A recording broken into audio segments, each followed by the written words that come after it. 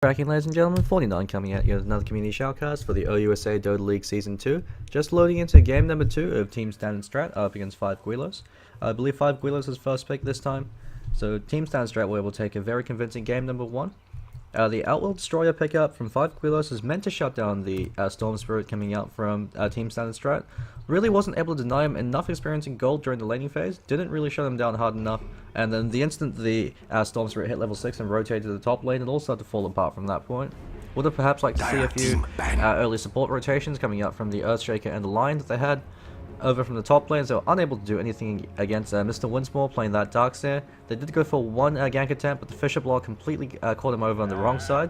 So instant Storm Spirit respect ban coming up from 5 Gweilos. Very rare to see Storm Spirit as a first ban, just because he is very easy to shut down, both in the laning phase as well as in the early game. Until he hits level 6, he's just a fat dude, walks around and occasionally throws lightning at you. Similar to Zeus, all you have to do is gank him. He's slow, doesn't have any escape mechanisms, has one CC ability that snares himself, so he doesn't want to use it unless he's in tower range and wants to trade. So he's very easy to bring down with a gank, or if you decide to pick up a hero such as the Viper, you just orb him out of the lane, use that to completely control the lane, or even Silencer turns out to be an effective counter to the Storm Spirit, as you can use Last Word to control him, so every time he drops a Remnant to go in for the trades, he's also eating the Silence. It means he can't go in for the Zip as well. Can use it to harass him out, especially with the Glaive. So Storm Spirit as well as the Ember Spirit. It's a pity Earth Spirit isn't in competitive mode, because otherwise 5 Gweilos can ban him out as their third ban. We've got Miranda first ban coming out from Team Standard Strat. Just gonna log out the Steam so I don't get messages from any players. They banned out Miranda last game as well as their first ban, so it could perhaps be a respect ban coming out to 5 Gweilos, or it could just be that Team Standard Strat really don't want to deal with Miranda. They don't want to play her, they don't want to play against her. They don't want to have to constantly carry sentries and dust every time they go for gank attempts or for team fights. And Invoker's second ban coming out from Team Standard Strat. So they're banning out heroes they don't want to play against. Invoker is in the same boat as the Storm Spirit. He is a very strong hero, don't get me wrong, but he is very dependent on player skill, as well as the fact that he's incredibly squishy and easy to gank. With the recent buff to Quas Wex making Ghostwalk actually give you movement speed at later levels, he has become a bit more difficult to gank, but if you could counterpick him with something like a TA, completely beats the Quas Wex Invoker, forces him to go Quas Exort if he wants to have any kind of early game presence at all. 10 seconds remaining. You can completely shut him down. A lot of teams have gone for the first or second pick Invoker, and haven't really failed to utilize it to the best of their extent, just because Invoker is one of those heroes that's entirely dependent on how good the player is at playing him, as well as the situation of the game. So you've got Crystal Maiden first pick coming up from 5 Gweilos. Team Standard Strat with David Letterman able to play a very convincing Crystal Maiden. Create a lot of space for his team. Crystal Maiden is an enabler hero. You have your Frost Nova to help set up your other support hero to follow up with one of their abilities, as well as the Frostbite to lock people in place. The Arcane Aura provides magic regeneration for the rest of your team, and your Freezing Field is just the icing on the cake, just the ability that you want to throw out in case if no one's paying any attention to you. 5 seconds remaining. Use it to deal a bit of damage. Surprising amount of damage does come out from the Freezing Field, so it, at the very least, it forces the enemy team to waste a CC spell on you, or they have to burst you down to prevent taking all that damage from the Freezing Field. Can be a great area denial spell, similar to Jakira's Macropyre. Team Standard Strat, deliberating a bit on their first and second pickup, they're dipping into their reserve time. Not too sure how they want to play it this time. Darkseer pickup once again. Mr. Winsmore did play a pretty good Darkseer in the last game, but the issue I have with Darkseer is he's a very EXP dependent hero. That's the reason why he excelled in TI2, post TI2 era, back when games were more revolving around team fights. Nowadays the game revolves around roaming and ganks, as well as a lot more early aggression. It's a faster paced game in Dota in 6.8 than it was in 6.75 and in those earlier patches. So the Darkseer doesn't really quite fit into this new meta as well as he did in the old ones. You still do have the combinations coming out with the Vacuum into Wall. If you have other AoE abilities, so for instance you've got the Vacuum into the Kinetic Field as well as the Static Storm, very strong combination coming up for him. But in order for Darkseer to be able to do that, he needs to be at least level 11 or level 9 just to have his ult. Luna pickup from 5 Gweilos, very powerful, aggressive tri-lane carry. So it's very indicative of the fact that 5 Gweilos want to clash try-b-try. They don't want to go against the Darkseer solo again. They do have a bit of killing power coming up. If they decide to pick up something like a Shadow Shaman or Lion again, they actually can lock down Darkseer and bring him down with the amount of damage coming out. 10 seconds remaining. From the CC duration, as well as from Luna with a Lucent Beam, which you could use to finish off the Darkseer. Doom ban to another respect ban over to Jadman, who played a fantastic carry Doom. I think he died something like twice the entire game. Picked up a harder Tarrasque, and from that point on, he was just unstoppable. Had more net worth than half the Radiant team combined. So Team Standard Strat deliberating on their third ban. Disruptor, much more of a new meta hero, which is surprising coming out from Team Standard Strat, considering the fact that a lot of their drafts and playstyle seems to be from last year, but Disruptor is one of those heroes that's risen to the competitive scene, mostly in this year, just because of the fact that his Glimpse is such an effective spell to reposition enemy heroes.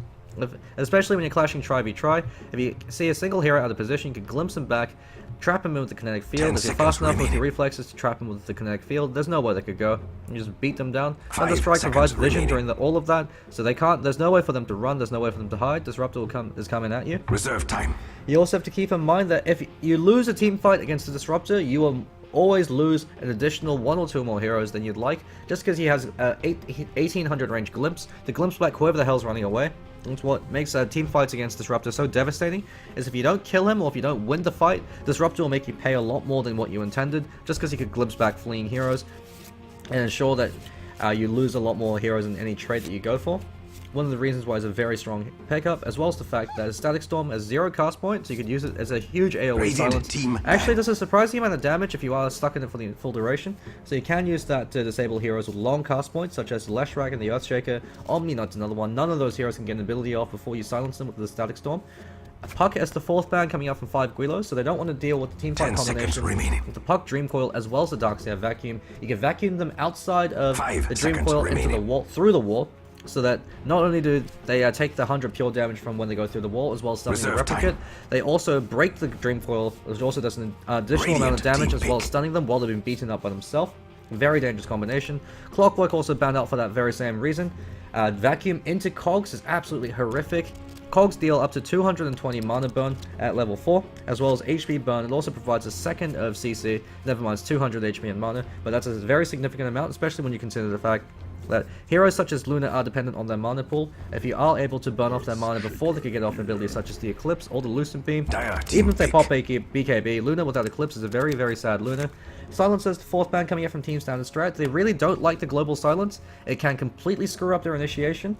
Team Recursion were able to use this to great effect up against Bambi Rising, especially when they had the Storm Spirit as well as the Centaur Warrunner, when both of them would initiate using either the Stampede or the Ball Lightning. Silencer could hear the sound effect, press R, and then laugh as the failed initiation from Bambi Rising would clash against the rest of his team while they were silenced up, overcommitted, caught way out of position as they're relying on the impetus movement from the Stampede as well as the Ball Lightning, so they found themselves out of position and now silenced behind enemy lines. Very strong counter initiation capabilities coming out from the Silencer, as well as being an incredibly powerful mid lane hero. Could be indicative of the sort of mid lane hero Team Standard Strat want to run for. It means with the Silencer ban, they can go for orb walking mid heroes such as the Viper and even the Huskar, who has been seeing a bit of a resurgence as a mid hero in the last few games. CM Believe picked up Huskar in one of their games up against, I don't think it was 2 OP, it must have been against Felfie and Friends. Wasn't all too effective in the end, but that was mostly due to the other 2 lanes failing, not so much Dream's performance on the Huskar, which wasn't too bad. And then Dumbledore from Horseman of the Ruckus in the series up against Bambi Rising picked up the Huskar, was able to dominate game 1 just because the enemy team didn't know what to do. They did eventually disarm him, but by that point it was too little too late. Sandking picked up from 5 Gweilos. It works fantastically with the Crystal Maidens. You've got the 900 range Crystal Nova to help set up Sandking's Burrow Strike, as at level 1 it's about 225 AoE Burrow Strike. Sandking needs a lot of points as Burrow Strike before it becomes really effective, as otherwise he's exposing himself to too much danger by running forward. As well as the fact that he needs at least 1 point up in the Sandstorm before he can really feel safe initiating. Just because Sandstorm provides you the disjoint, as well as the 1.5 second invisibility, which you could use to disjoint your spells whilst to run away while you're invisible, to prevent the counter retaliation coming out from the enemy team once you Burrow Strike into them. Also provides a surprising amount of DPS. Sandking as well as Crystal Maiden are both 2 support heroes that can roam into the jungle and pick up a surprising amount of farm. Crystal Maiden can get farm using a Frostbite on the big creeps. Sandking can stack camps and then just use the Sandstorm, sit inside them, play a bit of Darude, and get his farm up as well as EXP that way. 4th pick coming up from Team Standard Strat, dipping into their reserve time. They have the Earthshaker as well as the Disruptor for their tri-lane, so it could be an aggressive tri-lane that they want to go for, but against the Luna CM and Sandking, I really wouldn't like them to clash tri-v-tri, just because the effectiveness of Earthshaker as an aggressive tri-lane support hero, as you saw in the last game with Persona, who played a pretty average Earthshaker, he did screw up a lot of the time, is you need your Earthshaker to be completely on point if you want to play aggressively, just because it's so critical that he lands his Fissure blocks correctly. Otherwise, Earthshaker functions very well as a defensive support hero, because all he has to do is hang back, throw out the Fissure, and we've got a Slark pickup coming out from Team Standard Strat. I think it was Pacman that picked him up in this series against Blink, but for whatever reason, he didn't get a bottle. He chose to max out Essence Aura before Dark Pact. And he really didn't accomplish all too much in the mid lane, even though Snow actually fed him First Blood by trapping him in the cogs while he was in tower range, and then forgetting to hit the cogs and walk his way out. So even that will be interesting to see what Pacman does this time. Maybe this time he'll go for a bottle, maybe this time he'll play his hero correctly. One can only hope. 10 seconds remaining. 5 Gweilos going in for their 4th pick. They have to Slark pick up on Team Standard strat, so they could go for one of the few heroes that counter Slark.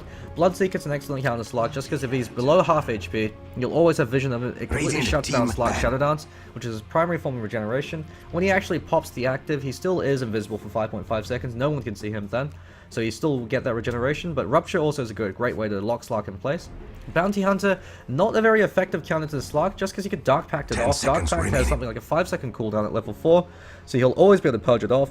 6-second cooldown, remaining. As well as the fact that he can reposition himself very effectively with Leap, as well as with the Shadow Dance. You can't see him at all during Shadow Dance, and so track is wasted. The issue with Bounty Hunter as an offlane hero, especially in the 1v3 situation, is if the supports from Team Standard Strength are onto it, if they start with either Dust or Sentries, they could kill him at level 1, and much like a Timber Sword, just keep him down before he starts to snowball. Bounty Hunter's Shadow Walk is actually the worst wind walking ability in the game. All it does is provide him damage. It doesn't provide him any form of movement speed, unlike Sakushi, unlike Klink's Shadow Walk, and that's what makes him such a situational offlane hero. If he is played very well, where you rely on either your hero positioning, so you're outside of the support hero's line of sight the entire time, by hiding in trees, using your Ghost Walk to make them underestimate where you are, you can just passively leech EXP, wait till you hit level 6, level 7, then rotate around, start getting kills. Or you could go for the Admiral Bulldog method, which is simply to rely on the creep equilibrium shift, so the offlane creep wave clashes closer to your tower. Hang back, passively farm as much EXP as you can. Make sure you play so defensively that the enemy team never has an opportunity to engage on you. You force their supports to either waste their time or to rotate away towards the mid lane, in which case the instant they rotate away, then you start playing aggressive, then you start trading hits with the Janata as well as the Shadow Walk on the enemy carry. And then once you're able to control the lane that way, you then pick up your track, rotate around, try to create space for the rest of your team by getting those track kills.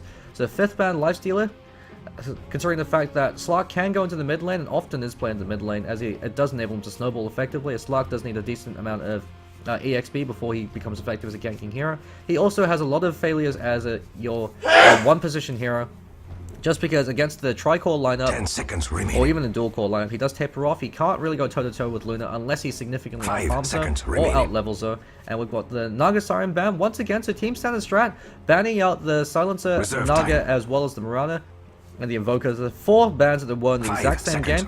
The only shift this time is they banned out Timbersaw, so perhaps a respect ban to Hobbs, who was able to get his act together and pulled out a few great hook shots and nickel combinations. Faceless Void picked up as the carry hero for Team Standard Strat. So we've got Slark mid, played by Pacman, Darkseer, played by Mr. Winsmore, Disruptor, Earthshaker, and Faceless Void. Over in the tri-lane, they could try to clash tri-v-tri, but Luna does beat Faceless Void in the laning phase just because she provides a lot more burst damage with her Lucent Beam.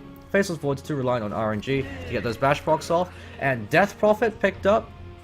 So we've got an incredibly powerful teamfight combination coming up from 5 Gweilos. You've got the Freezing Field, the Eclipse, the Sandking Epicenter, followed up by the Exorcism with Bounty Hunter hanging around, just trying to get that snowball rolling. You're going to rely on that Death Ball teamfight combination to try to secure the early and mid game, use Death Prophet's Exorcism as well as the space created by her laning presence to take as many towers as they can. Bounty Hunter's going to try to get as many track kills as possible and use that hopefully to leverage his team towards a win. Since the later the game goes, the stronger TSS get. As Darkseer scales alongside your heroes, the better your carries get, the better he gets, as Wool replicates your heroes, providing him a percentage of your damage, not his. So Standard Alpine Nomad, once again up on the Luna. Melon Fury, their mid player, as well as Captain, over in the Death Prophet. She's actually bold. I think that's a cosmetic bug on my end. Hopefully it is anyway. Hobbs, over in the Sandking. He played the Clockwork over in the last game, did whiff a lot of his hook shots, as well as going for a very ineffective Max Rocket Flare build, but we'll see how he does this time. Tash Deej, I don't think he was in the last game. Persona was the Earthshaker, but either they've rotated him out or they've gotten him replaced, so he'll be playing the off-lane Bounty Hunter. We'll see how he does, especially considering the fact that if he clashes tri-v-tri, he'll be having a difficult time. And so he's gone for a pretty standard build. He's got that one more to safety, and Rezuo, who played the line in the last game, playing the Crystal Maiden, didn't have the fastest reflex in the line, could have saved himself from a lot of ganks, especially the one over in the bottom lane when Stormsweeper zipped in front of him, gave him enough time for him to hex him and walk away. Wasn't fast enough in the fingers, got Vortex and blasted in the face with the overload. Took a fall. David Letterman, support player over for TSS, over on the Disruptor. He's playing the 5-position hero. Jadman, carry player. Very consistent plays coming out from him. He gets a lot of GPM over in the Faceless Void. Birthroy played a fantastic Crystal Man in the last game, now playing the Earthshaker. Did play Earthshaker in the series up against Blink, so his Earthshaker is pretty on point.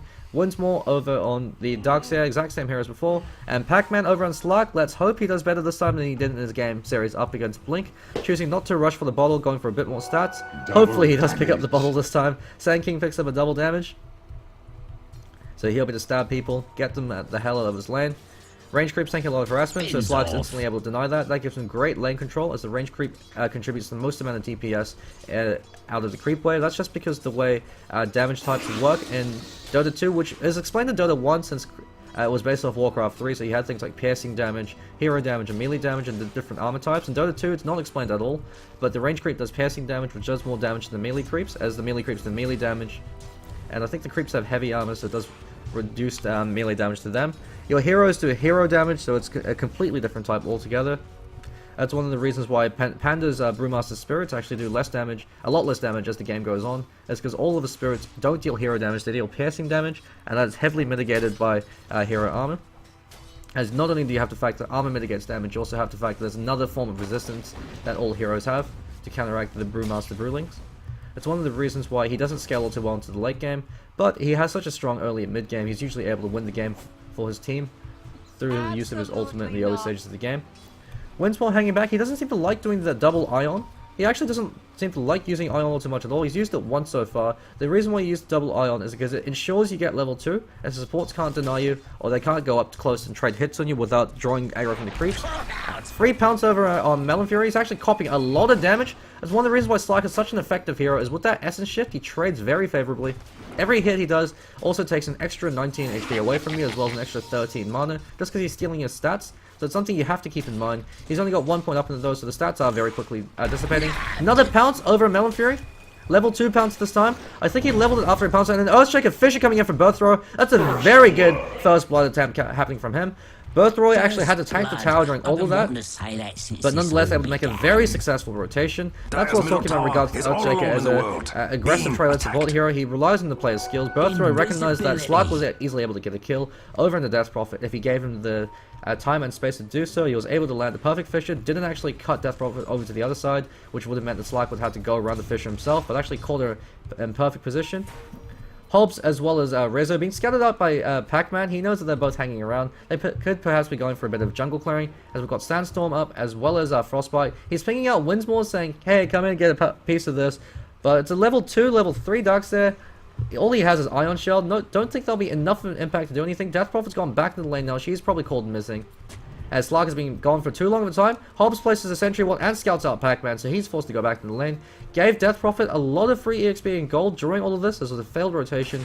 You usually don't want to go for any rotational ganks to Slark until you get your Shadow Dance, just because it ensures that you have a way to either escape ganks or to use it to chase people down. Unless if you get lucky and pick up something like a double damage rune or a haste, or if the enemy players tend to overextend, you usually don't want to go for rotational ganks to Slark until you hit level 6, level 7, since that's when you start to peak in terms of your ganking presence. Winsmore playing very safe. Slark pouncing back, recognizing that the supports were rotating over from the Dire side. Crystal Maiden Smoke actually popped, and he instantly leaps back. Great awareness coming out from Pacman, as well as pretty good reflex. He didn't leap forward, he actually waited till he turned around, then leaped backwards. A lot of mistakes that some players can make from time to time, especially when they panic, is with an ability such as Slark's Pounce or Miranda's Leap. Actually, Pacman turns around, goes for a few cheeky right clicks over in Crystal Maiden.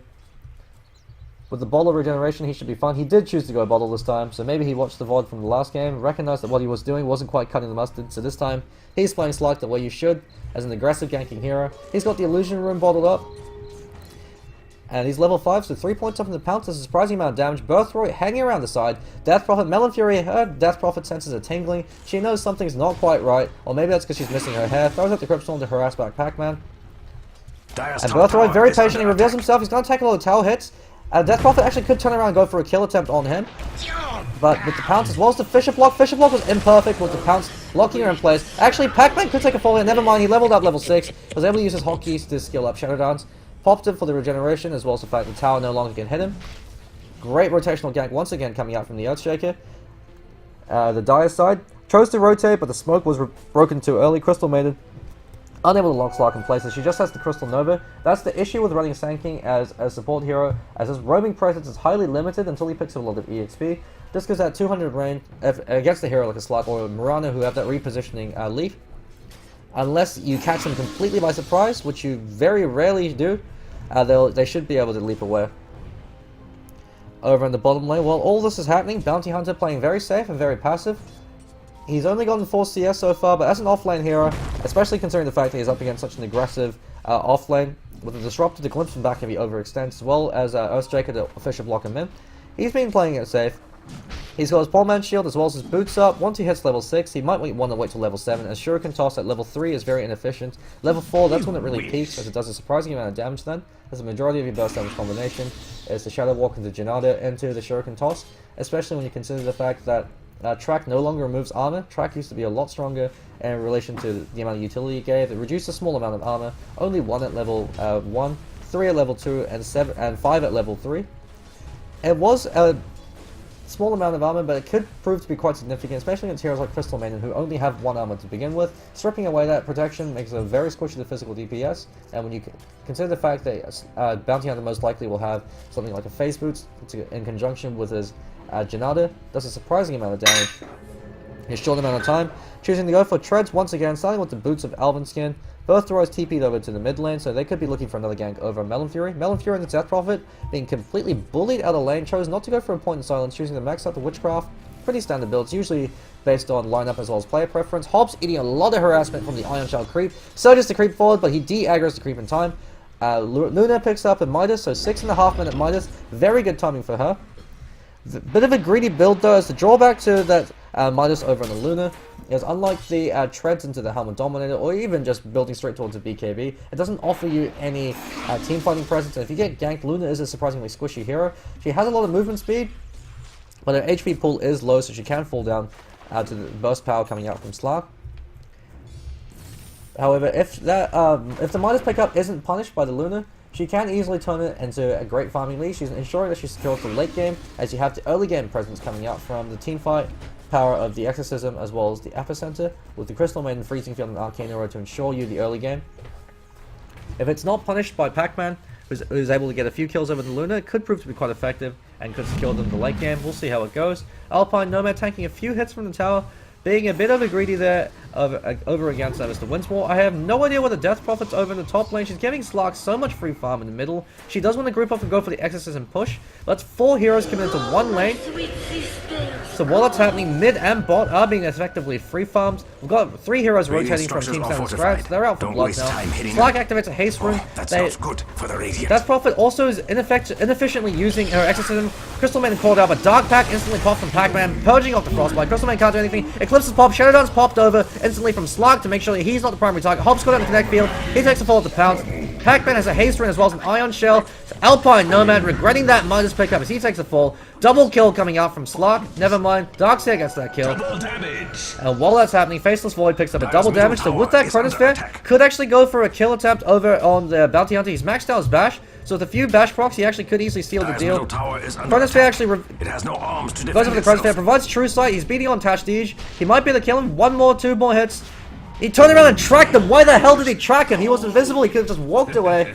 Tracks him and feeds a free kill. Don't know what the hell Tashdij was doing. Absolute misplay coming up from 5 Gweilos, and they feed a kill over to the hard carry on the Radiant side. Unsure of what that Bounty Hunter was doing. Maybe he forgot to cancel his earlier order.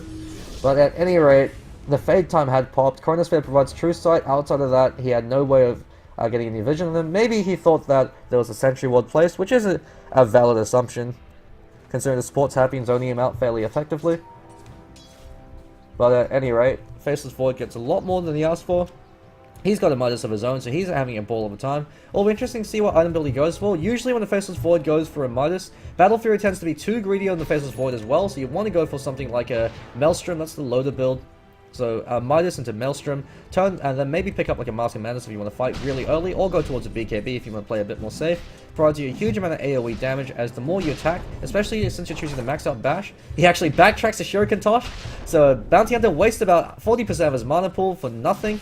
He's not feeling too happy with that. That was a level 4 Shuriken Dire's toss middle as well. tower is Would have done a all lot of alone in the damage, world. but kind of Being surprised he attacked. chose to throw out that Shuriken toss. You usually want to conserve your mana as Bounty Hunter, as until you pick up your Magic Wand, unless you have a bottle, you have a very low mana pool, and it limits your ability. Hobbs hanging around the backhand, but he's got low levels up over in the Burrow Strike, only 2 points in. Could have gone in for a Burrow Strike there, but decides to play it safe. He still hasn't revealed his presence, so he's hanging around bodyguarding Tashdij to make sure he doesn't get ganked on again. So over in the top lane, no one seems to be in the middle lane. I guess they didn't quite get the memo. Melon Fury is still hanging around top. He wants to push down the tower. Notice earlier when he popped his Exorcism, he was standing back at max range, so he actually did the least amount of DPS he could. I guess he might have been playing as safe in case the rotational gank came from mid, which it did happen. But when you're playing as a Death Spirit and when you Prophet and you're using your Exorcism, actually Burrow Strike catches out Jadman. Burrow Strike is instantly cancelled by the Echo Stomp. But there's no points over an Aftershock, so Birthway actually wasted that. Never mind, he had a point over an Aftershock. Frostbite holds Jadman in place. He's tracked up, so he's providing that 20% movement speed. David Letterman, he glimpses back to Crystal Maiden. Great target recognition. He doesn't want to go over on the Bounty Hunter, and he's probably the most difficult target to go down. Sandking has his Burrow Strike. Actually, they're going to get a free kill. Never mind, Jadman's Chronosphere just came off cooldown, gets a kill. Exorcism Spirit is going to kill David Letterman, though. He accidentally dooms 2 of his teammates and might even doom a third. Cryptstorm flies out. Where's that Shuriken toss? He runs back in. Why the hell did he run back in? Another misplay coming out from Jadman. He did that in game number 1. He ran forward instead of running backwards. Maybe he misclicked. Radiant's There's bottom no tower reason why he is should have done under it. He could have attack. kept running forward. Maybe he wanted to go for a juke and time leap into the trees. Dire's top tower is under attack. At any rate, Luna would have been able to seal that's the got deal to with the hurt. Lucent Beam, 800 range. There's no way he Radiant's can outrun bottom tower has that. fallen, While that's and I happening, don't Slark mean in pressuring love. the mid lane, as well as the top lane being pressured by Mr. Winsmore over the Darkseer. This is what I was talking about with the ineffectiveness of Darkseer as his mid-game hero, is until he gets points up in his vacuum as well as his wall, he doesn't really offer all too Dire's much. middle If he tower is rotated under bot, attack. all he He could has really no do arms to is defend Ion Shell himself. and chase people along, but with all 4 heroes there, he'd die before he'd really be able to accomplish anything else. Choosing to go for Arcane Boots Dire's after middle the Soul tower Ring. is under attack. Not too sure what the rationale for that. I guess he wants the mana for the Earthshaker, as Earthshaker is highly limited by his mana pool. Otherwise, the Soul Ring provides you all the mana regeneration you need for the early stages of the game until you get a few points up in the wall, as Wall into Vacuum does consume a huge amount of mana, so would have liked to see him go towards something like a Mechanism instead. Would have provided a lot more teamfight presence for his team, especially when you consider the fact that 5G GYL, they want to go for ganks, they want to go for early trades, and then they want to transition those into tower kills. Pacman with Invisibility Room might actually catch out Alpine Nomad. Alpine Nomad has Eclipse, but Eclipse does nothing against Slark, as Slark has his Shadow Dance to destroy it, throws out a Lucent Beam, but it's going to take a fall. No support nearby, they're rotating in now, but Slark still has a Shadow Dance. Called out with the Burrow Strike as well as the Sandstorm, but that's all Hobbs can do. Pounces back, actually might get called out by the Frostbite. Dark Pax and uses the Shadow Dance. Great awareness from Pacman. If he didn't Shadow Dance early, he could have actually taken the fall. He's able to bottle up. Mr. Winsmore comes in. Actually, Fissure block over Hobbs. So Hobbs is able to Burrow Strike his way through. Went for the vacuum over into the cliff, but wasn't able to accomplish it so. Rezu gets called out with the glimpse, and Pacman leaps over the Fissure, snags Crystal Maiden, and then stabs her, getting another kill. He's got a very early 13-minute Yasha, so value Yasha over on Slark. Gives him everything he needs. Movement speed, attack speed. Attack speed is so critical in Slark, as he has very poor agility scaling. He relies on Essence Shift to give him the majority of his stats. Notice Slark still choosing to go for the Essence Shift build after instead of Dark Pact. It gives you a lot more Dire's burst middle tower damage, is under attack. but I guess he's It has doing no well enough arms for to himself defend that maxing out itself. Essence Shift isn't too big of a deal. Would still like to see him max out the Dark Pact. It's a 300 AoE nuke that also purges off debuffs, reduces cooldown, increases damage. It's definitely the Dire's superior middle skill tower over is under Essence Shift. He attack. might want to pick up a second point in Essence Shift against certain lineups, as King Killer was saying. Against an Invoker, the second point up in the Essence Dire's Shift middle helps you tower trade has more fallen. efficiently when you have to consider the fact that you also have the Cold Snap Harass coming out if he goes for Quas Wex, or if he goes for Quas Exort. He doesn't have as much cost regeneration as to have for Quas Wex, and so it's much more efficient for you to trade with 2 points up in Essence Shift instead of 1. But maxing out Essence Shift this early on isn't really the best idea, as you're not going to be you're not tanky enough to be able to survive long enough to make good use of the Essence Shift. Having more points up in Dark Pact means you can burst people down faster. 280 magic damage coming out every 6 to 7 seconds is a hell of a thing, as the 300 damage coming out from Dark Pact is AoE. Tashdij going to pick up a haste rune, never mind. Gives it over to the Crystal Maiden. Crystal Maiden drops the Sentry Ward, trying to go for the D Ward, places the ward over it, and the to guard the bottom room, as well as watch over into the River Vision. Could have perhaps placed it over here, although that's more of a defensive ward coming up from the Radiant side. As you see, we've got a very defensive ward placed by the Dire side, playing scared and anticipation for the Slark, but Slark, with that Shadow Dance, is able to constantly be wary of this. He's going for a very early Cranium Basher, so not going for the conventional Slark build, which is Shadow Blade or Arya Dire's top tower Skadi. is He's going to under go for attack. Yasha into Basher. This is more of a pub build. It's not too bad since at least he picked up the Yasha before he went for the Basher. The reason why Basher is an ineffective pickup on Slark until the later stages of the game is he doesn't hit fast enough to really make it worthwhile. Although since he's choosing to max out Essence Shift, I guess his rationale is he'll be able to steal enough agility and get his attack speed that way. And since he has the Yasha, he's getting 31% attack speed from that, plus 25 from the Dire's Treads. top tower has fallen. So in not the battle. worst pickup, but just not as efficient as you'd like. The reason why you go for Shadow Blade is it gives you that additional amount of burst DPS. So for instance, if you went for the conventional Slark build, maxed out Dark Pack, maxed out Pounce, had a Shadow Blade, catches her out with the 150 damage from the Shadow Blade, pounces Dark Pack, Crystal Maiden dies instantly, you then run away, and you have the Shadow Dance in case if the enemy heroes catch you out of position. Bounty Hunter Shadow Walks, he's walking in to scout it out. But he's spotted out, pinged out by Birthroy. He saw the Bounty Hunter's fade animations. One of the things you have to keep in mind, Slark actually misses on his pounce. Alpine Nova is called out of position, pops the Shadow Dance prematurely, going in on Rezo. Exorcism pop by Death Prophet. He's hanging around. Static Storm whiffs on everybody, glimpses back Melon Fury though. Melon Fury is called out for a bit, still silent. Great Burrow Strike coming up from Hobbs. Catches out to Winsmore, eats a Lucid Beam to the face, throws up the vacuum. Eclipse and pop. David Letterman takes the fall. While that's happening, Slark is on the run. He might actually take a fall right now. Never mind, Luna doesn't have enough mind for Lucid Beam. No Crypt Storm, no Blink Dagger over at Sandking. He's going to be fine. He should just be able to walk his way on out of there. And he is able to pounce his way to freedom. But great trade coming up from 5 Gweilos. They only lose the Bounty Hunter in exchange for the gods, the Dire's bottom tower doesn't in exchange even for the have arms to Darkseer, defend as well itself. as the What a Disruptor, brave and I believe tower. they picked up the Earthshaker during that as well. He just respawned now. Exorcism is about to wear off, but they should be able to take the top lane tower, as the Radiant side can't really defend this, but keep in mind, while all this is happening, Jadman in the bottom lane, going for the greedy Battle Fury build, gets another free kill over in Sandking, I guess with the fantastic lead he's had, with a 6-minute minus, with the 3 free kills that he's received. Going for a Battle Fury is actually a very good pickup, since he's been given so much gold to go with it. The Loader Midas and the Maelstrom build is more of a mid-game oriented fighting build. It gives you the attack speed to rely on your Bash passive to provide you that physical DPS. It gives you that AoE damage coming out from the Lightning procs. And since Faceless Void doesn't necessarily have to build damage into the later stages of the game, he can simply rely on building attack speed, exact antithesis of Weaver, who doesn't have to rely on attack speed and can instead rely on building pure damage. So Faceless Void, different style of carry, relies more on hitting fast rather than hitting hard. Weaver with Gemini attack doesn't necessarily have to hit fast, although it is nice since he has Gemini Radiant attack, should he's really simply do relying on something hitting about hard that middle and tower. getting that burst damage for the second hit from Gemini. Luna getting a lot of jungle farm. She's gone for the greedy build with the treads into the Helmet Dominator. With the amount of gold she's been receiving, though, she hasn't been punished all too much. She's died twice, but she has been receiving a significant amount of farm. You saw some of the camps have been stacked by the Crystal Maiden as well as the Sand King. And so the treads into the Helmet Dominator build hasn't been punished so far. If she picks up a BKB, which she will in about 2.3k, so give her about 6 minutes or so at the rate she's been farming. 5-6 minutes, assuming no kills and just CS, she should be able to pick up a BKB. At that point, you want to go for those Death Ball teamfight pushes, as you have the Luna with a level 2 Eclipse as well as a 10-second BKB. Melon Fury Dire's hanging bottom around tower has with the fallen. Exorcism. It was a valiant Looks effort. like Death Prophet's going for the Bloodstone build, but chose to go for Perseverance instead of building an early point booster. Inefficient way to start your Bloodstone, just because you have enough regeneration for your bottle. Actually, she chose to go for a 4th point in Witchcraft instead of maxing out the Crypt Swarm. Don't know what the rationale behind that is. The reason why you max out Crypt Swarm first is because it gives you a huge amount of damage, AoE potential. Crypt Swarm will always be hitting 2 or 3 heroes in every fight. You can't even potentially hit 4 or 5, just because it has such a huge travel speed and wide AoE. So that means that every 4 seconds with a maxed out Witchcraft, you're dealing 300 damage to every member of their team, if they are called out of position or if you angle yourself right. Huge amount of damage potential coming out from her. She chose instead to go for the point up in the silence. So Death Prophet, having a pretty poor game, was completely bullied out of lane by Slark. Very surprising considering the fact that the reason why Death Prophet's such a strong 1v1 hero is she's able to throw out her Crypt Swarm to not only farm but also to harass. So from level 1, you constantly spam out Crypt Swarm whenever you can. You get rune control that way as the wave is always pushed towards that tower. So you have to secure runes, spam out the Crypt Swarm, use that to drive the enemy hero back while securing farm at the same time. So that means that Slark is too low to consider diving on you, as if he pounces forward, you just laugh at him, slap him around, and throw out the Crypt Swarm to finish him off. Death Prophet played very passively instead, was caught out by a lot of pounces by Slark, although the Earthshaker rotations did attribute to a lot of the lead that Slark had in the early stages of the game, as both of his rotations mid weren't punished and were able to secure a free kill for Slark. Just going to do a quick golden EXP check.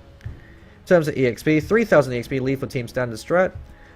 and about 6,000 gold lead. The XP lead is mostly attributed to the kill lead that they Radiant's have. top tower was killed by As spawn 5 forces. Gweilos, they are starting to group up now, but Team Standard are doing the same. Only Jadman's been receiving all the solo EXP. Pacman's been hanging around. He's got his Dark Pact as well as his Shadow Dance, so he knows that it's very difficult to bring him down. Hood of Defiance picked up on Darkseer, choosing once again not to go for the mechanism. I don't know what this team has against going for a mech. Building an early mech gives you the highest likelihood of winning in competitive games. I think EE-Sama or Aoi was saying it. It's something like team that gets a mech in the first 10 minutes has an 80% chance of winning that game, just because you could use the momentum you get from the mech to take early fights and then transition those fights into towers. Na'Vi, where you're playing Dota, first you kill the heroes, then you kill the tower, then you repeat.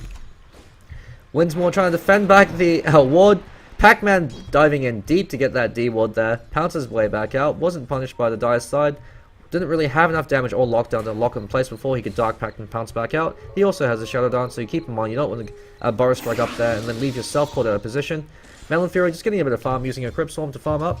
Another reason why you want that level 4 Crypt Swarm is it helps you farm as well as fight. Death Prophet is a hero that relies on getting a few core items in the early stages of the game, so the conventional build for Death Prophet is Phase Boots into Bottle into a Yule Scepter, maybe with a cheeky point booster picked up if you're having a great game. Otherwise, the reason why you go for the Yule Scepter is it gives her the movement speed, the mana pool, as well as the regeneration to spam out those Crypt Swarms, as well as that 2.5 second Cyclone, which you could use on yourself when you have your ultimate up, as it means you're still dealing DPS, so if they focus you, you can cycle yourself. You use it to dodge abilities. You can also use it to purge off targeted silences, so if they pick up an ultimate malevolence, if Bloodseeker rages you, you can cyclone yourself to self-purge off the silence, as well as to waste his initiation on you. Great way to improve both your offensive and defensive capability, as Yule Scepter provides an amazing 40 movement speed, so that is multiplied by Witchcraft as well as the Phase Boots phase. Silence and a quick cheeky Crypt Swarm thrown out Winsmore, but with that Hood of Defiance, that barely scratches him.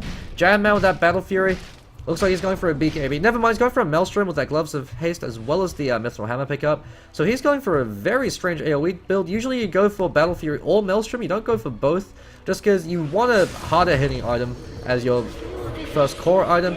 Birthroy called out. Pacman called out in the track, so the instant the Shadow Dance wears off, he's going to be copying a lot of damage. If he had Dark Pact, he could have used that there. That's one of the reasons why Bounty Hunter is an ineffective counter to Slark, just because he can purge off track whenever he wants to with the Dark Pact. Abaddon's also a great counter to Bounty Hunter for that same reason. A Folded Shield purges off all debuffs on whatever hero you're targeted on. Legion Commander is also a not too shabby counter to Bounty Hunter, although the limitation of Legion Commander is she has a fairly limited mana pool, so you don't want to constantly throwing out overwhelming odds. Every time Bounty Hunter tracks you, it's a more efficient mana trade for him, but nonetheless you can use that to purge off track. Great ability. Bottom tower has seen better days. Legion Commander. Slark looks like he's picked up his Basher now, so he could be going for either a BKB or an SNY.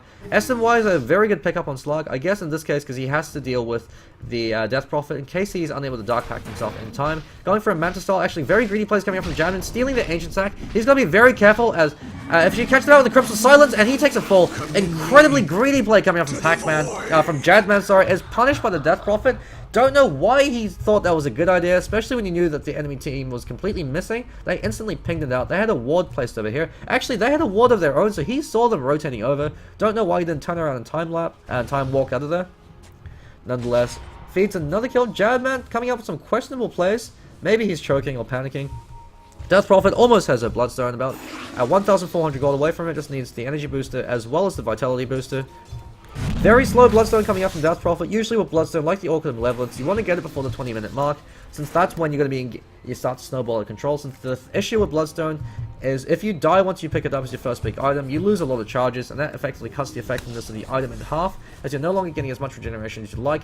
Alpine Nomad, hanging around, wanted to go for Ancients, wisely backing away, as Slark, with the Surge as well as the Ion Shell, was coming right at you. Would like to see a BKB pick up on him as it neutralizes all the damage coming out from the Dire side. The only physical right clicker right now is Luna. Bounty Hunter still does a decent amount of physical DPS, but it looks like he's going for a Desolator as his first big item. Probably would have liked to see something like a Drums or Vladimir's offering into a BKB just because it provides more utility for the rest of his team. The issue with Bounty Hunter going for Desolator as his first big item, and that relies on the fact that you're going to hit them first, but if the enemy team is coordinated and prepared for you with a Sentry Ward, when you walk up to get your cheeky backstabber, they turn around and blow you up. you have 800 HP, you can't stand against them. If you get caught by a single CC spell from the Radiant team, you're going to take a fall. And that means you've just wasted 3,900 gold on a ganking hero that relies on snowballing, and you're not snowballing with that item. If you picked up a BKB, it means you can run around unhindered in fights, get off your shuriken tosses, get off your genetic crits to slow people in place, and most importantly, get off your tracks, as Bounty Hunter relies on those track kills to be able to snowball. That's the reason why he functions as a hero.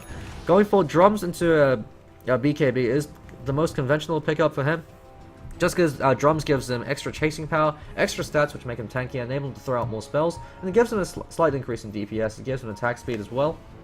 Phase drums is an incredibly powerful combination on a lot of offline heroes as solo heroes, just because it gives you so much mobility as well as stats. It has fallen off lately with the fact that Drums of Endurance does cost more, though it gives you 5 charges, so value Yasha's becomes the next Drums of Endurance on agility or carry heroes. Birthray pushing up forward with these tracks so they can see his every move. I don't know how close he is to a Blink Dagger, but I can imagine he's fairly close. BKB just picked up on Luna. About time. They track a Disruptor illusion, throws out the Lucent Beam, and finishes it off. And Hobbs kills off the last Disruptor illusion. Earthshaker almost has his Blink Dagger, so he wants to play it safe until he gets it, just because that's such a significant pickup for Earthshaker. It means he can always get his Echo Slam off in fights, and most importantly, get well-angled Fissure blocks off. It's one thing to throw out Fissure, it's another thing to throw out a well-angled Fissure block. Just because Fissure is one of those abilities that can be just a hindrance to your team as it is a help. Similar to Shadow Demon's Disruption, if you don't coordinate it properly or if you don't pull off the ability effectively, you can actually hinder your teammate's ability to fight and to get kills. Another ability that falls into that category is Invoker's Tornado. That's not good for the Radiant. As you can actually use it to save the enemy from your own abilities. Has been done a few times in Fails of the Week videos where Invoker tornadoes someone right as Magnus blinks and goes for the RP. RP is completely whiffed since they're cycloned up in the air, and then they turn around instantly, kill the Magnus as well as the Invoker. Things like that can happen if you don't coordinate effectively. Jadman's Chronosphere also falls under that same line. He's going for crit, so no BKB build on this Faceless Void. Very ballsy, very greedy. Don't know if he'll be punished or not. Just because the issue with our carry heroes is you always have to keep in mind the cardinal rule of a carry hero is you can't do damage if you're dead, and you can't do damage if you're CC'd. So, especially as a melee hero, that much more important. If you consider the amount of natural AoE damage coming out, so he's entirely reliant, in this case, on being the initiator. If he's initiated the pawn, he can't do anything. Kinetic Field wasn't there in time, as Bounty Hunter's able to phase walk his way out of there.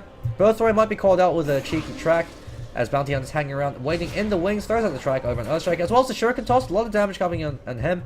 Alpine Nomad with a 10-second BKB as well as a level 2 Eclipse. She wants to go in for this engagement. Almost as a level 3 Eclipse, that's a phenomenal amount of magic damage coming out from her. So the issue with Faceless Void's build is if he gets initiated in the pawn, he isn't in a great place. He can get locked down, silenced. I guess he can run around and still do damage then. But if he's not able to hit people because he's being controlled by spells, or if he's getting blown up, then all the damage items of the world aren't going to help you. You want a utility or survivability item. You should see BKB not as a defensive item, but as an offensive item that gives you 10 seconds to beat on people for as long as you want. Glimpses back to Sandking. Burrow Strike was used earlier. He could be taken for. Called out in the pounce. Dark Pact and Thunder Strike. Echo Slam comes out from Birthright, catches out the Luna. Luna pops her BKB. Didn't pop her Eclipse. Called out the Chronosphere. She's going to pop her Eclipse right now. There's a lot of damage. Jadman taking a crap ton. Birthright takes a fall.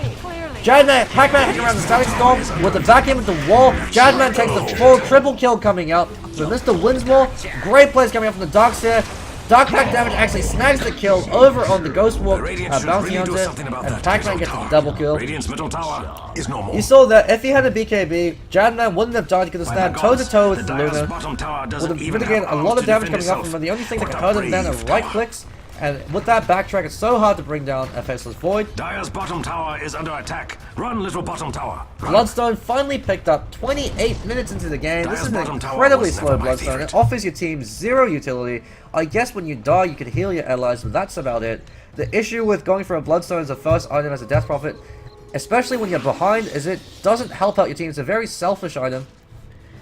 It does provide you stats for regeneration, but when the rest of your team drop like flies, you can't do anything. If she'd picked up a mech for her team, she has that 250 HP buffer she could provide to the rest of her team. If she went for that Yule Scepter, you have the Yules to use offensively as well. Catch a hero out of position, give your teammates time to catch up, perhaps follow up with some damage. We see Bounty Hunters fall into the same trap as Jadman. He's dealing pure damage, no regard for utility. Without that BKB, you saw his teamfight contribution in that fight was get a few right clicks off and then completely melt to the magic power coming out from TSS. It doesn't matter how much damage you do if you can't hit them or if you're dead. you always want to go for a utility item such as a BKB, especially against a magic heavy lineup such as TSS. You want to build your items accordingly to your draft as well as according to their draft. That's one of the most difficult things as a carry player, as you constantly have to react not only to your own team but towards your enemy team. If you go for a greedy build, you have to do so with complete knowledge that your team will be able to fight while you're going for these greedy items, since otherwise it means that you're actually letting your team down just because it's taking you longer to get online. Sanjay Yasha picked up from Slark. He knows that he's got a BKB as well, so he's actually unstoppable at this point. He hasn't died this entire game, using well-timed Shadow Dances as well as his pounce to get himself out of position. He didn't max out that Dark Pack, but still made his Essence Shift build work by getting that value. Yasha Alpine Nomad caught that position. Great Burst Strike, catches out 2. Kinetic Field catches out nobody. Glimpses back to Luna. Luna doesn't have her ult up or a BKB. Static Storm is mostly wasted. Windsmill coming in. He's copying a field over with the Ion Shell. Goes for a very strange vacuum. I guess he wanted to vacuum her up in the cliff. Might actually save her. Jamman's coming in. He doesn't want to use Chronosphere. Wastes Chronosphere. Catches out 2 of his allies. There could be a comeback fight coming up from 5 Gweilos. But never mind. Hobbs goes in. Hesitates. Runs back. Is called out by Pacman. Takes the fall with that pounce as well as Dark Pack damage coming out. That's a free Tattoo Tower. That did waste the Chronosphere, which is a pretty big ultimate. But for a kill over the Luna, I suppose it's not the worst thing in the world. I feel sad for Dire's middle tower has fallen. Luna, does she have buyback? She might want to buy back for this. Bottom tower is under attack. Radiant's Tier 3 tower's taking a lot of damage. Sandking will be up in 12 seconds. Blink Dagger catches out the Crystal Man and is being glimpsed back. Pacman instantly gets a pounce. Pounce actually breaks. What the hell happened there? Exorcism pop over by Melon Fury. Goes in for 2 silence. Throws out the Crypt Swarm, but all they're going to do is take the Tier 3 tower, then back away. Pacman, never mind. Reconsiders, backs away. You've got the Illusion Stall slow sieging, but with the Glyph up and with the Crypt Swarm finishing him off, they back away. Death Prophet wasn't able to create enough space for a team in the early stages of the game. They actually denied their Tier 3 tower. Very strange play coming up from them. You usually don't want to deny the Tier 3 tower unless you absolutely have to, just because it still does enable you to control the creep wave. Now it means that if the creep wave pushes forward without the tower there to hold them back, the creep wave will steadily start to chip away at the racks. Crypt Swarm thrown out by Melon Fury, hanging around the top lane. Tashd's Desolator gives him damage, but it gives him nothing else. He's popping like a pimple in these fights just because he doesn't have a way to get up close and stay there. Is doing a huge amount of damage though, so if he does catch a hero out on his own, he can do a surprising amount of deeps. But when you consider the fact about how far ahead the Radiant team are, Luna's the saving grace. She has more net worth than almost her entire team combined. Death Prophet with a Bloodstone pickup is being completely useless, hasn't really accomplished all too much. Faceless Void going for a Helm of the Dominator. He really doesn't even like BKB for whatever reason. He picked it up on the Doombringer, choosing to go for a very greedy build, but it hasn't been punished. His deaths so far have all been due to his mistakes, so I guess it's not the worst thing in the world. Disruptor running around hasted. See what items he's choosing to go for. Went for drums. Looks like he's building the mech. Going to be a very slow mech. Would have liked to see Darkseer build it, as the reason why the offlaner usually should pick up the mech if they're a hero that can, is that it saves your support heroes from doing it, and it means that they could go for items such as the Force Staff or the Ghost Scepter, which is going to help out your team. It's going to keep them alive. Pipe of Insight finally finished, as well as a Mystic Scepter. So he could be going towards... Actually, Tashd's called out with the pounce. Silence flies out instantly. Kinetic Field to provide covering fire as it blocks off any approach angles that 5 Gweilos has. They're forced to go around. Alpine Nomad goes right back to farming. He doesn't care that it was just an engagement. He doesn't care that the Slark is around. He's just going to go right back to CSing, because he's the only hope for his team right now. If he gets sufficiently farmed, he can go toe-to-toe with the Slark. He can't go toe-to-toe with the Faceless Void, however, unless he gets obscenely farmed or his team is able to lock down the Faceless Void. But considering Faceless Void doesn't have a BKB, he can actually get controlled very easily in these fights, outside of his Chronosphere, unless he lands a fantastic Chronosphere. He is outputting a significant amount of AoE DPS though, as he not only do you have the cleave coming out from the Battle Fury, you also have the lightning procs coming out from the Maelstrom. Reason why Maelstrom is a not so great pickup on Faceless Void sometimes, depending on how well the game is going, is the fact that Maelstrom will override any other orb effect that procs at the same time, so it will override his Greater Bash.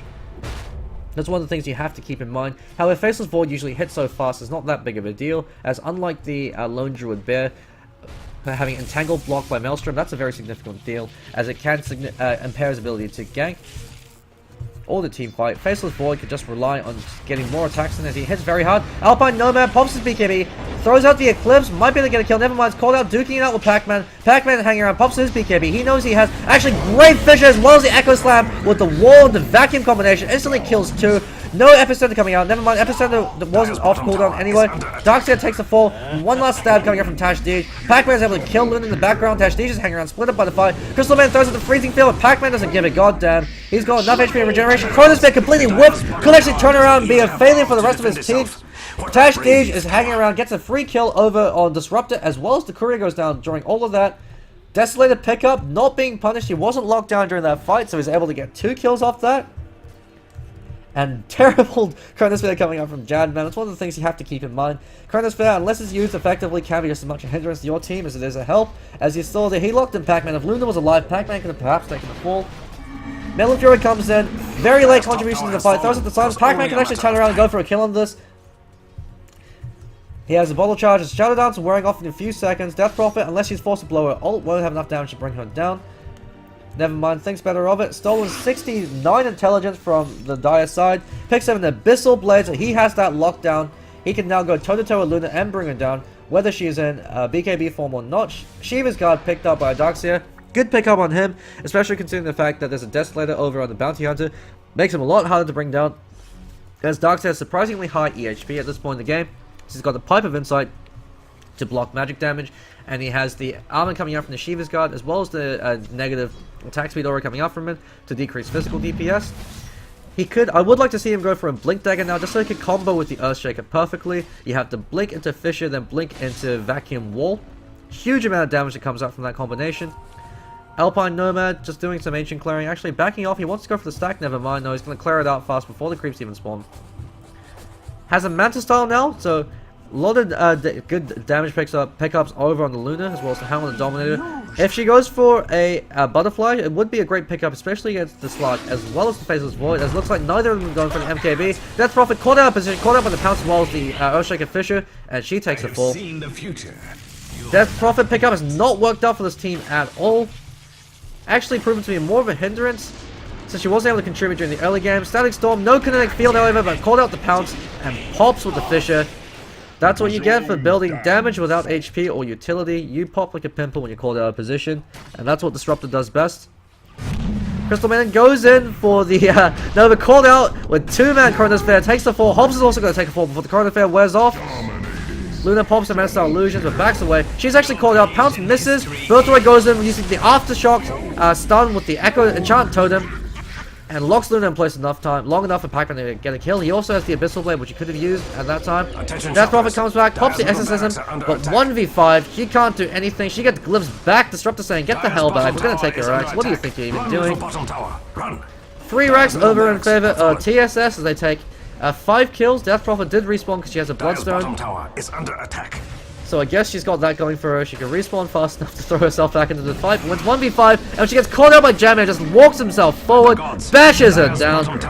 Vash Lord, Faceless, Void. Buyback forced out by Luna. It's a wasted buyback considering they can't fight this 4v5. Maybe Alpine Nomad thinks he can. Vacuum's being dropped.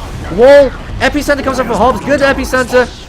A lot of damage. Echo Slam comes up from Birthright. Finishes off Luna with the Fissure. Birthright's been playing out of his mind this game, creating space for his team. Pacman's going to get a free kill over Crystal Maiden. That's 2 lands of racks, and that looks like game for 5 Gweilos. TSS are too far ahead at this point to fall apart. 15,000 EXP lead, and more importantly, 15,000 gold lead. In terms of net worth, Luna's the only hero keeping pace with the rest of the team. The greedy Bloodstone pickup, as well as the greedy Desolator pickup from the Bounty Hunters, now going towards a Butterfly. These are very greedy pickups that you go from public games, not in the competitive scene. You want to build utility for your team. You want to go towards the mid game and early game, because you're not going to make it to the late game if you build greedy items like that, especially against a team that's playing as aggressively and as well coordinated as TSS is. They're punishing you for your greed, and they're making sure that you don't make it to a late game. It's like the interview with Artstyle back at TI1. Why make it to the late game where it all couldn't fall down to a single fight? So a single mistake can cost you the game. You want to win it in the early and mid stages of the game. So if you play it early and aggressive, then you can snowball. You use that momentum you get from the Tower Gold from those early fights. And you can push for a lead and end it before it gets to the late game. Before it gets risky to your own team. Play it safe. Play it aggressive. And play to the strengths of your draw. TSS have been pulling it off very well. Have been questioning some of their unconventional builds and pickups, but they've been making it work. The Darkseer pickup wasn't punished at all. He played fantastically over in the offlane, playing very safe, was able to get the levels that he needed, couldn't contribute in the early stages of the game, but once he got the farm that he needed, as a team were able to fight 4v5 anyway, he was able to jump in, and with that wall... Actually, he's picked up the Maelstrom from Jadman. I think he... Did he just sell his Maelstrom? He sold something. At any rate, he picks up a Reaver, Jadman, oh, I think he's waiting for the courier to send over his Molnir recipe. He drops his power treads. So this Faceless Void, so cocky, he doesn't even need treads. Never mind, he's picking them back up again. Turns out Birthroy had the recipe. Not too sure what happens. Maybe his team are trolling him. Maybe they're acting as couriers. Pacman up in the front line. Silence actually whiffs, tracked up, but he should be the purge out with Dark Pact. Has been pretty stingy with using that Dark Pact. I don't know why. You do regenerate all the HP back with the Shadow Dance, so the HP loss is negligible. Yulsefter finally picked up by Death Prophet. This is an item you see 15 minutes into the game. Taking, well, except 40-minute mark. Winsmore caught out position. Might actually take a fall. Never mind. BKB, Cronus Bear. No, never mind. It's a pipe. Hobbs channeling his ult in the background to provide a bit of support, but Jadman is unstoppable during all this. Echo Slam flies out, locking him in place. BKB popped on Pacman. He's going to pop Crystal Maiden. Balin Fury hanging around, trying to go for a trade. It's silenced up. Frozen in the kinetic field. Why are you running that way? You can still choose to run the other way around. Why don't you use yourself up? Give yourself that 2.5 seconds. Didn't use herself during all of that, even though she was silenced. Yulsefter purges off the silence. Could have given you 2.5 seconds to wait for the kinetic field to go down. But nonetheless, GG called. 5 Gweilos taking the fall as TSS taking another dominating Game 2 victory. They're able to 2-0 5 Gweilos. 40 minutes and 24 seconds into the game. Few questionable plays coming out from both players, but all in all, very good play. Good execution coming out from Team Standard Strat, playing some fantastic rotation coming out from Earthshaker, really shutting down the Death Prophet. And Darkseer pickup not being punished at all. Great plays coming out from both teams. That looks like it for tonight. Tomorrow at 12:45, there's an entire full day full of Dota. 12:45 is 2IP up against Bambi Rising. That actually should be one of the most promising games for the Group 2 playoffs, just because of Bambi Rising don't 2-0 2IP, they actually don't make it to the next round, so they either have to draw or beat them. So everything's on the line for Bambi Rising. And for 2IP as well, they need to get as many wins as they can if they want to proceed to the next round. So 2IP might be the snipe out Bambi Rising, or it could be the other way around. And either rate, we've got that series happening at 12:45. At 4:45, we have a grudge match with Recursion up against 2IP, so that should prove to be pretty entertaining. So stay tuned for more Dota, and that's 49 signing off for tonight.